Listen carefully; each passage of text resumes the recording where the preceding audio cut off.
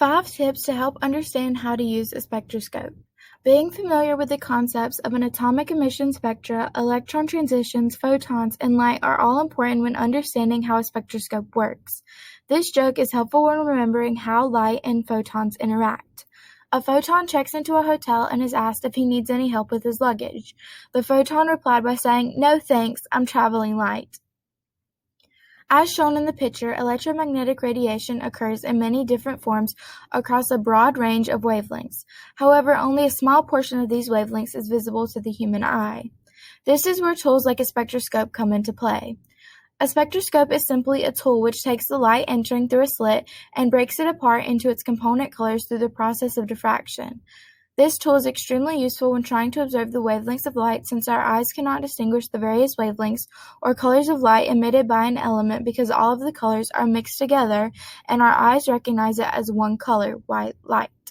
The spectroscope is like a special pair of glasses which breaks the white light into its component colors so our eyes can recognize each color. The first tip is to understand how the spectroscope works. The diagram illustrates how light enters a spectroscope and is then broken into its component colors through diffraction, as previously noted. Second is to be aware of what to look for when using a spectroscope. The spectroscope is a triangle-like shape with openings at both ends. The smallest end of the spectroscope is the portion that is held up to your eye, represented by the pink box drawn in the picture.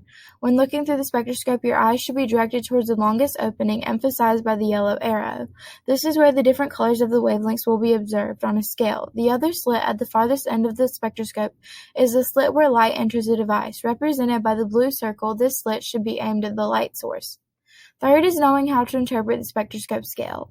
The spectroscope scale will look similar to the top two pictures. Different light sources will give off different types of emission spectra. When observing and recording the spectroscope positions of different lines on a line spectrum, a number or position is recorded for each line. But when doing this for a continuous spectrum, a range is recorded. The fourth tip is to take note of the light source being observed. For example, you might have to stand closer to the flame of the candle to obtain an accurate reading because in comparison to the LED bulb, the flame of the candle gives off much less light. It is also a good idea to eliminate outside light sources when conducting your observation, such as turning the lights off before observing the light from the candle so that the only light source entering the spectroscope is the light from the candle. The final tip is that the spectroscope scale itself can be very subjective and provides little useful analysis.